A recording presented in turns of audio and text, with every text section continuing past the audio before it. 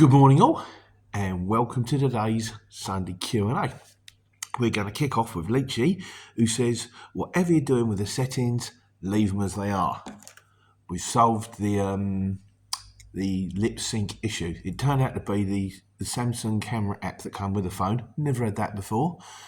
And if I use that, everything was completely out of sync. So I downloaded a new one. We'll come to that later, but before we come to it, Wise Guys. I know we haven't come to the Wise Guys, but it's my channel, I can do what I like. From the sound, you know, I'm outside on a windy day with the other car. I used to use this thing. It's kind of a little lavalier mic. That plugs into the USB-C in the bottom. You plug that in, it goes green like that. The green light that's now flashing goes solid green, and it works. Plug it into this phone.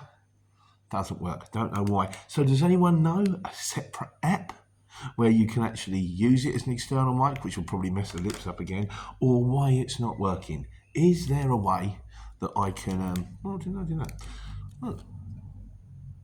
Oh. Interesting. That's not really.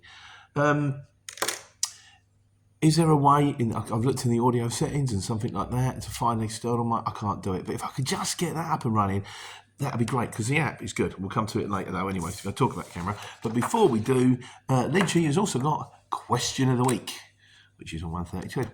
See, I've got my phone on, so it's only a little tiny red, but I can see it. He says, has anyone else had a nightmare waiting at Menzies World Cargo at Heathrow? Got stuck there for nearly 3 hours for collection, which meant I missed my delivery drop, which is daft, isn't it, really? The amount of times they say that to you. Pick up at 12 o'clock, or pick up at like 2 o'clock. So you go to collect it, where's it going to? Oh, it's going to Wilmot Dixon. It's a sight, isn't it? You're now telling me to pick this up at 2 o'clock, I'll be loaded by 3, the journey's an hour, or an hour and a half, and I'm going to a site that shuts at 4 o'clock. Genius. Who thought that one up? But people do. Send lorries into places where you can't actually get a sort of a moped. People do it. So what I was good, I thought it's kind of a question of the week. What I want to know, you know, what is the longest anyone has ever been at a delivery point? I thought I'd make a little video of it. I thought it might be good. I'll tell you mine. I'll keep it so keep me powder dry for now. Where was I this week? In Liverpool. I was at DHL. I got in there at 2:10. I got out at 5:10. 2 hours waiting just to get on a bay, just queues of lorries. I had a delivery slot of 2 o'clock. I went in and I got a delivery slot at 2 o'clock, and the guy walked out in front of me, said, yeah, I've got a delivery slot for 12 o'clock. I've already been here for 2 hours. So that was ridiculous, but not the longest. Not the longest. What is the longest anyone has ever waited? And we'll do a little. We might do a top. If I get enough of them, we'll do an Alan Freedman top 10. Contemporary reference for the 18 to 25-year-olds there. And right. So this week's main video was shippers. Try this, because now I'm planning the lorries, which I've got to say is very, very difficult, because I keep planning the lorries and then people keep changing the plans on me. It's not easy, but I'm getting there. I've got a diary. I'm getting there. It's not stressing me out. No, it's fine. Yeah, so the idea being, why does everybody want everything picking up at 9 o'clock in the morning? I'm sure not like everything is that urgent. And if you could just stagger the delivery times, you would have more chance of getting the job off for less money. We're not all available at 9 o'clock in the morning. A lot of us have got jobs. So anyway, but this is what you guys thought. Gabor says, smart thinking. Thanks, Gabor. Leachy says, more bids equal lower prices for us drivers. It's bad enough at the moment. Also, Pete, you've seen it from both sides of the coin. You must surely understand that us drivers have overhead days per week. So would you take the lowest price on every job knowing full well it's too cheap? That's a very good question. I wouldn't always take the lowest price. It depends also on feedback and distance. As I said, in fact, we did a video about this, didn't we? Let's put a little link in for you. Do a little link. But on the whole, price is the dictating factor. And I know it's the reoccurring theme on the channel that the prices are too low and it's not right. But the problem, actually, will come. There was a question about that. We'll just try that one later, because that one comes up. I've actually read through. That never happens. Johnny13 says, bigger collection times, only trying to make it easier for your CX jobs in the afternoon. Nice try. Johnny, what I'm saying is this. If you're a shipper, maybe go to your customer that says, can they collect it at 9 o'clock in the morning? And go, do you really need it collecting at 9 o'clock in the morning? Or if I can get it between 9 and 12 or between 10 and 2, I can maybe get you a bit cheaper. And they might go, that's very nice. And from your point of view, how many times have you turned around and gone, oh, that's the perfect job on there? And it's like, I've got to drop this one this morning, get that one off, and there's a job, and it's just taking me, oh, look, don't work, does it? Because they want it at 8:30 in the morning. I've got a booking time at 9. So by the time I get mine off and get over to there, it's going to be 9:30, 10 o'clock. I'm going to be too late. Whereas if it had the big time, you could go, cool, blinding. I'll have that job. I'm not saying a bit cheaper on it. It's a bit the right money. But you might think, it's just, I'm actually trying to make life easier. I'm trying to make a way that maybe there's more opportunities for drivers to grab jobs. People are going to do what they're going to do. Chances are, and it comes down to someone else turns around and says, Alex Robinson, he says, this is a good point. He says, I see what you're saying. I'm also a shipper. However, and if my customer asks for it ASAP, unless we can't do it for whatever reason, we deliver ASAP. I always deliver ASAP. The people who wanted it in the morning will come into work knowing that they can crack on whatever they need to do straight away rather than potentially sit around waiting. So yeah, they do want it first thing in the morning, and it is a reasonable point. I think everybody does pretty much want the stuff out, So in which case, if they say, you can turn around and say, do you really need it out? Yes, we want it out first thing. Fine, it's out first thing. But how many of you have noticed that when you're looking for a job the next day, everything's collecting first thing in the morning? Absolutely everything. It's the Mother's Day principle. I want my flowers delivered at 10 o'clock in the morning. Would it really matter to your mum if it was 10:30? Would it matter if it was 9:30? If it does, you pay the extra, you get it at 10:30. You get it at 10 o'clock. If it's a little bit later, I could do it on my way back. I don't know. I'd like to say, I don't know. It was just something that I've noticed in planning, that a lot of jobs all come out at the same time. And I'm thinking to myself, is that really necessary? Perhaps it is. I doubt anything will change. Just a thought. Now, the camera. I've already had a quick go at the camera. We've had a little whinge on about the camera. Shane Hardy says, good review, Pete. Hopefully you'll figure out how to get the video and sound synced. I have, Shane. Thanks very much. Another thing about it, I'm now using this thing. It's called HD Camera. It's an app for Samsung. I don't quite know. I did one first of all, and it was okay, but it had like adverts. And I thought, well, can I buy the premium version? I'll give them £5 for life if I could buy the premium version. It wasn't one. I thought I'm forever going to have to look at adverts. That's irritating. Then I downloaded this one. It's really good. I mean, I don't know. I think at the palette at the moment, I've got it on auto. One thing I will say is occasionally I get a white line down the front of my nose, which makes me look like an Indian chief going to war, which is great. Who doesn't like that? But it's all different settings. You can change the palette, you can change it. But the one thing I can't get my head around is this microphone thing. So we need to work out why the microphone isn't working. If I could just get that up and running, and then everything about this phone would be fabulous. I still think, for the money, 136 quid on Amazon for a 6.6 inch screen. And okay, maybe sometimes it doesn't fire up as quick as the other one, but we're talking split seconds here. Absolute nonsense that one phone is £1,200 and one phone is £1,200 and one phone is 120 quid. And the discernible difference between the two, I think, is negligible. I wish I'd known about this ages ago. I would have got onto it ages ago. London Creative, Nick is out there, says, do you rub Vaseline over the lens to give you a beauty shot look? Or is it just soft focus filter to give the sides of you a misty look? Thanks for the shout out. He's got his own channel. Like I say, check him out. Nick at London Creative, and he does London Creative out and about. It's not called Nick, it's just called London Creative. It's not all weird and off the wall just being London Creative. Yeah, it's not all. The creative stuff is about what interesting walks around London. The out and about stuff is alternative look at London. Different ways to go about it. It's there. This is the default setting, and I'm quite happy with it. I'm not technical. I don't go in and check out, sound balances. Even when I'm editing my videos, I'm a bit of a Luddite, just knock it all together. Although Nick has told me about J cuts and L cuts, and when I do the next lot, I've got to get onto those. But just press record. I'm very much a point and shoot kind of guy. Leachy says, he said, I also went down a contract route and getting a new phone every year for 18 months. Then I had to buy a new phone while I was in India a few years ago. I bought a cheap Nokia and it made me realise I didn't need an expensive phone. The downside was the camera wasn't as good. I'm now on a SIM-only contract, but using a Pixel 7, which I got for a really good price. I keep them for about 2 to 3 years and replace them. Yeah, I think the story with this one, they say this is the best-selling phone in the world. It sells heavily in India and China. And the reason is because it's so cheap, and Samsung bring out a new model apparently every 6 months. And what a lot of people do is it's that cheap that every 6 months they buy a new model and then give the old model to their mum, their dad, their granddad. There you go, Dad, you can have that one. And that's why everybody's got one, like, but I don't see, I'll replace it when I need to replace it. The one thing I do wonder, anybody, once again, another Wise Guy's phone question, got nothing to do with career driving. It's my channel, I can do what I like. There's the A14, the 24, the 34, the 54. Has anyone got a 34? Has anyone got a 54? Does it make a lot of difference? I think the difference in price between the bottom of the A range and the top of the A range is about 100 quid.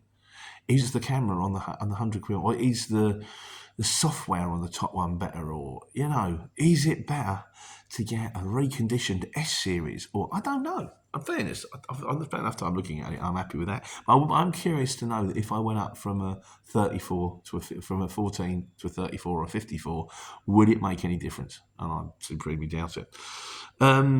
Damien says, yeah, the Samsung Z Fold, he had a Z Fold 4, I had a 3, 15 months and the screen died. Luckily, I had a 24-month warranty.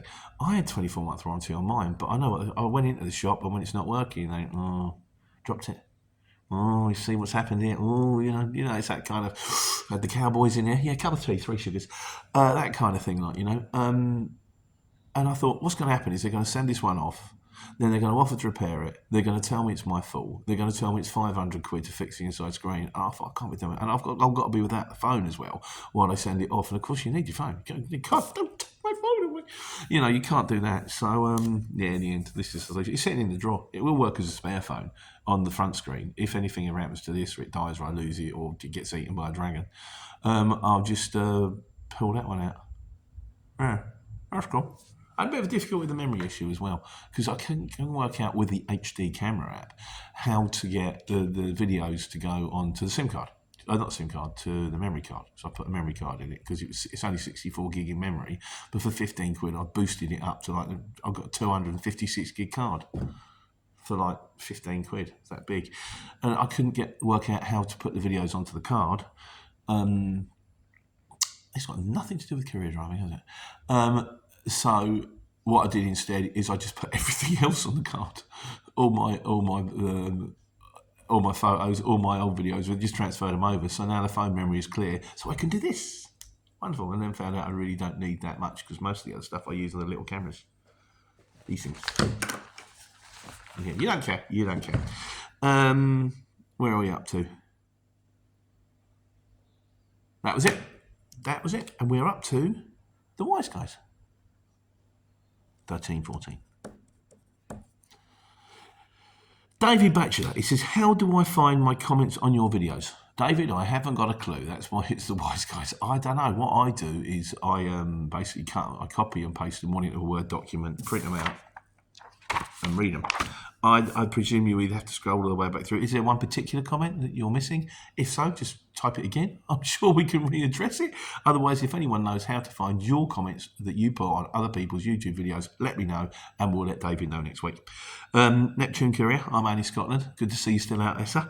He says, off topic, but he says, but an easy way to stop syndicate drivers would be to have location-based loading, e.g. like McDonald's, Deliveroo and Every do. If the device is not a pickup, the app will not allow it to be progressed. I know what it means. It's a bit like they have that with the Waitrose, and they have it with the kind of the thing whereas you've got to do every drop-in order. It's massively frustrating.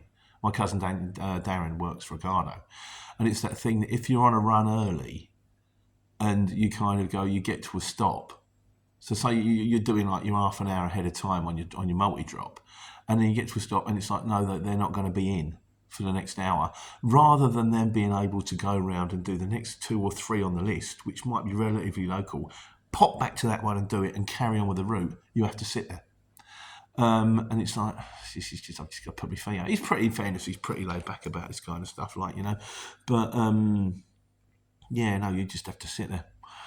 Yeah, it would be a way, with the tracking. I know also with the Amazon Prime thing, they make theirs location, because if you have the Amazon Prime stock, because what they were finding is their drivers were saying that they were on site delivery because they were running late, so they just click on site delivery when they were 20 minutes away, and then they would get to the delivery point. It was messing them up, so they made it location based. So, wise guys, what do we think to the idea of location based on the Courier Exchange app? So rather than saying I'm on site delivery, it's geo linked. Is that a good idea? It could be a separate video on this. Let's see what people say. Is it a good idea? Is it what happens if you're in an area where you can't get a true signal? So you're trying to go I'm on site and it can't, which happens sometimes. Like, what if the CX is down? It's a thought. Let's have comments on that one, shall we? And finally, the nefarious Steve Campbell. He says this was to do with bus drivers versus, the difference between a PGCE and PGCE. That's a teaching certificate. An HGV and a PSV. So I think that's right, isn't it, for buses? That'll be next week's mistakes. It's not so much the experience of driving a large vehicle, it's more the experience of using a tacho and low distribution of security, as too many mistakes on drivers' tachos being pulled by Vosa and the load isn't secure, or the axles are being overweight on the front or something that messes up company scores on the operator's licence. Driving a double-decker bus is easier than driving a taxi, because they do not use a tacho. Do taxis use tachos? Anybody? A lot of questions today, isn't it? It's Educate Beat Day today. That use tachos. And I've yet to see a bus driver distribute the load of passengers due to their weight and strap them in. Anyone can drive a bus, LOL. Don't know if anyone can drive a bus. I imagine a degree of training probably is required to drive that, because they do that thing, don't they? Whereas I said to a guy once, I said, what's the difference? And he said the main difference is we use the pavement. We're trying to use pavement a lot more, because the wheels on the bus go round and round, round and round. The wheels on the bus are different to the wheels on a lorry, aren't they? Because I think a lot of them, the front wheels, sit behind the driver's cab, which means the front end of the bus sticks out an awful lot more, unlike the front end of a lorry where the wheels are kind of under the cab, which means what they have to do is they go and they swing across pavements. Let me know if I'm right with this. So you have to watch out with pavements, looking out when you're trying to look out for lampposts, bins, them kind of bollards, them metal things on the triangular things in the middle of the road, because you're going to have to use a pavement. People, because you have to use a pavement to get round. I think that's the difference, but we'll see. Next week's mistakes, here we come. Right, miscellaneous. We did one on foreign drivers, didn't we? I thought, got the elephant in the room. And I've got to say, people were pretty much, good about it, but it was right. So, but we had another couple of straggler comments. Forsyth says, as far as foreign drivers go, I know a few will not clock off until every last parcel is gone. One lad from Hull must have an understanding partner. Sometimes the last drop is 10 p.m. a 1 hour drive back. They double up with friends who are struggling. We need to follow them. Teamwork is across. We need teamwork across the board. I certainly agree with the last statement. I always said, if we behaved more like ants than people, just think of the things we could build.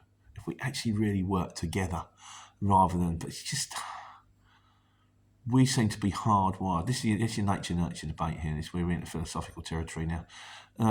It's the hardwired. It's the difference between are we trained to be the way we are, or are we born to be the way we are? Are human beings generally mean, evil, selfish people, or are we actually altruistic people, and it's society that makes us into the people that we are? This has been a very bizarre Thoughts on that one? Ethics, which is a town in Kent. No, it's not. It's near Kent. Jackal says, hello mate, all the best from a foreign driver. I'm from Poland original.